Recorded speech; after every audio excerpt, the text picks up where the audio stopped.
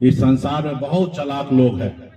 आपके आने वाला पीढ़ी को आज भी आपको गुलाम बनाना चाहता है साथियों। तो इसलिए गुलामी की जंजीरों को तोड़ना है तो सबसे पहले अपने बच्चों को पढ़ाइए, लिखाइए, काबिल बनाइए। पढ़ाई शिक्षा वो चीज है, आपके दो आंख है लेकिन आप पढ़े लिखे नहीं हैं तो आप कुछ भी लिखा है तो आप पढ़ नहीं सकते हैं। तो आप समझिए कि आपके आंख कोई काम का नहीं है आप अगर पढ़े लिखे नहीं है तो इसलिए पढ़ाई लिखाई इतना जरूरी है। आप मान लीजिए आप पढ़े लिखे नहीं है, कोई आके एक बोतल में दे देगा जहर, आप नहीं पढ़ पाइएगा, पॉइजन है और आप पी जाइएगा। लेकिन वही अगर पढ़े लिखे होगिएगा तो देख लीजिएगा भाई ये पॉइजन है, इस पीने से आदमी मर जाता, हम नहीं पिएंगे। तो इसलिए हर रोज आपको पॉइजन देने का काम इस संसार में लोग कर रहे हैं। इस धरती पर सब एक ही तरीके से लोग आए हैं, लेकिन आज देखिए कुछ समाज के लोग, कुछ लोग बहुत अमीर हैं और आप बहुत गरीब हो गए। वो लोग जो कोई काम धंधा कुछ नहीं करता है लेकिन सबको बेवकूफ बनाता है, लेकिन वो आज इस संसार में सबसे अमीर है। और आप दिन रात मछली मारते हैं, खेत में काम करते हैं, मजदूरी करते हैं, लेकिन आप गरीब हैं क्योंकि आप पढ़े लिखे नहीं हैं। आपका 1 लाख रुपया 1000 में बदल देता है, आपका 1 लाख रुपया को 1000 में बदल देता है और उसका 1000 रुपया को एक सुन्ना लगा देने से उसका 1 लाख हो जाता है। और इसी तरीके से आपके पूर्वज को तबाह किया गया, खत्म किया गया। आपका जमीन अपने नाम करा लिया और उसे 2 पीढ़ी के बाद खड़ा हो जाता कि ये जमीन हमारे बाप दादा का है। तो आप अंग्रेज भी आए थे तो इस धरती पर ज्यादा से ज्यादा जमीन जो है तो गरीब लोगों के पास था, क्योंकि अंग्रेज को भी पता था, मुगल को भी पता था कि बड़े लोग जो है हाथ में मिट्टी नहीं लगाना चाहता है। इनको अगर हम जमीन देते हैं पट्टा पे तो ये काम नहीं करेंगे, फसल नहीं आएगा तो हमको लगान कहां से मिलेगा। तो उस समय में भी अंग्रेज हो या मुगल हो, ज्यादा से ज्यादा जमीन जो है वो गरीब लोगों को दिया था ताकि ये खेत के चीना को चीर कर फसल उग जाएंगे और हमको लगान देंगे।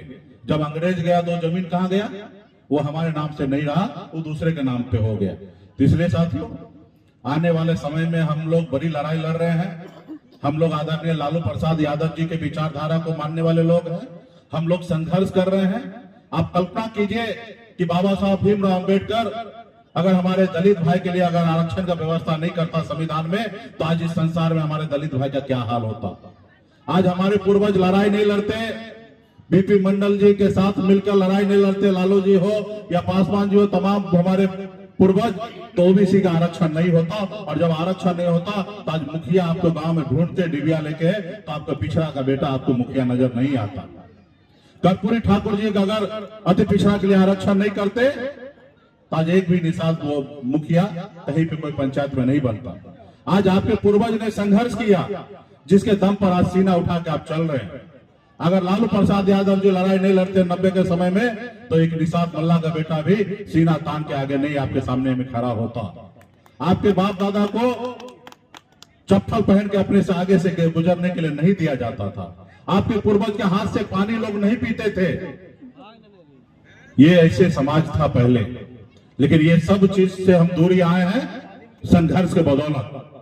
और जब आप संघर्ष आज अभी भी बाकी है, अभी भी 100% में हम लोग 75% कामयाब हुए हैं, 25% और भी बाकी है।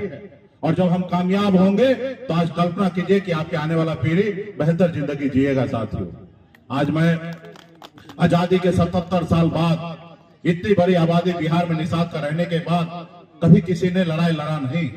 आज बंगाल में निषाद को आरक्षण मिल रहा है, दिल्ली में आरक्षण मिल रहा है एससी का, लेकिन हमको बिहार में नहीं मिल रहा। अगर आज आरक्षण की लड़ाई हमारे पूर्वज लड़ लिए होते तो आज निषाद का बेटा बिहार में कलेक्टर होता। आज 1.5-2 करोड़ की आबादी है बिहार में, एक भी निषाद का बेटा कलेक्टर नहीं है। तो इसलिए साथियों हमारा अधिकार हमको नहीं दिया जा रहा। आज हमने लड़ाई लड़ा, आपने हमें अपना नेता माना, आपने हमें अपना बेटा माना, आपने कहा सन ऑफ मल्ला आप आगे बढ़ो, हम तुम्हारे साथ हैं। और हम लड़ाई लड़कर बिहार में पहली बार बिहार को बताया कि मल्ला का बेटा सिर्फ मछली नहीं मारेगा, वो विधायक सांसद भी बना सकता है। वो हमने करके दिखाया। और जब हमने 4 विधायक बनाया 2020 में, अगर हम समर्थन नहीं देते तो बिहार में मुख्यमंत्री नीतीश कुमार नहीं बनते।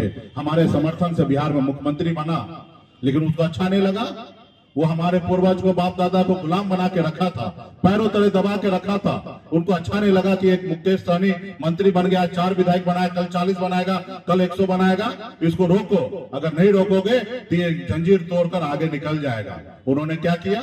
आपका विधायक खरीद लिया, आपको सरकार से बाहर कर दिया, जो सरकार आपने बनाया।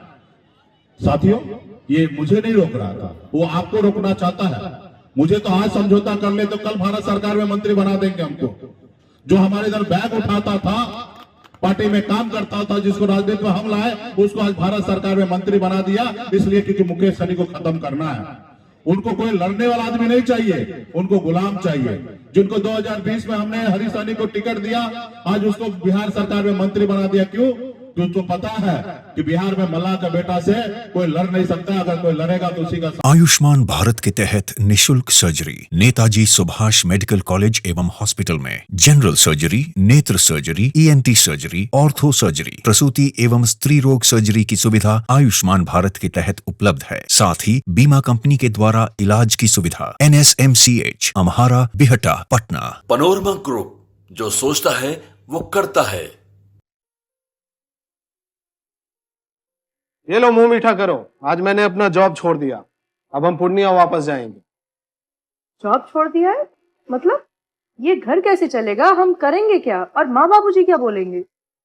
इसलिए मैं एक और मिठाई का डब्बा लाया। अपने बिजनेस के लिए लोन अप्रूव हो गया। अरे लोन अप्रूव हो गया वो तो ठीक है, लेकिन पूर्णिया में हम रहेंगे कहाँ? अपना घर भी तो नहीं है वहाँ। इसलिए तो एक और मिठाई का डब्बा अलग से लाया हूँ।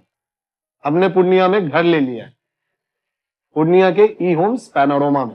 पूर्णिया में पैनोरमा ग्रुप लेकर आए हैं ई-होम्स पैनोरमा। बड़ा घर, आलीशान जिंदगी और अत्याधुनिक सुविधाओं के संग। अरे अरे, अब क्यों मुंह मीठा करवा रही हो? क्योंकि हम घर वापसी जो कर रहे हैं। घर वापसी की खुशी पूर्णिया में ई-होम्स पैनोरमा के संग। ई-होम्स पैनोरमा, लग्जूरियस लाइफस्टाइल रीडिफाइंड।